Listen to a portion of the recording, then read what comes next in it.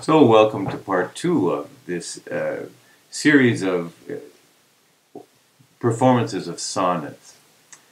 I really like sonnets because they're such a distillation of language.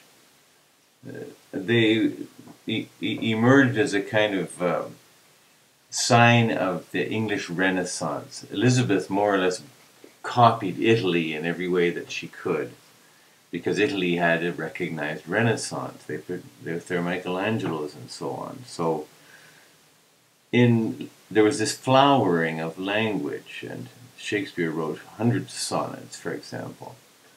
And they came to be sort of emblems of civilized sensitivity, a world view of the whole force of the meaning of life kind of compressed into 14 lines. And the ends of the lines rhyme in different patterns, like this one and this one rhyme, and then this one and this one, like that, repeated down the next verse. Maybe the last 6 lines go this three, and then these 3 copying it, or these 4 lines couplets, and then these 2 the same as each other. Like, a certain, quite a tight, difficult form. They're very hard to write because you get so hung up on, I've got this many beats, I've got this much rhyme, that you forget to say something. Another thing about sonnets is that for some reason that you have to think about for a while, many of them are about death.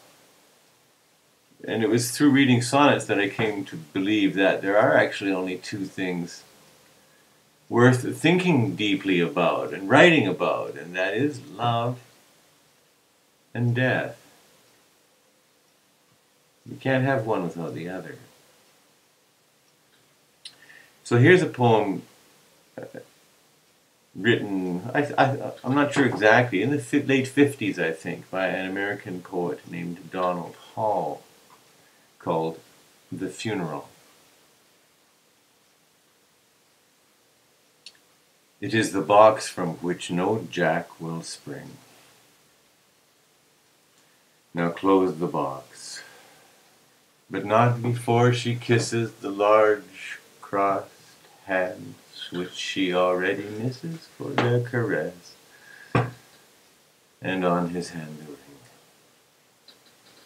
Now close the box, if we close anything. She sees the wooden lid, and she dismisses at least 100 thoughtful artifices that would enjoy the tears that they would bring. The coffin does not matter. It was one like many in a row from which she chose it.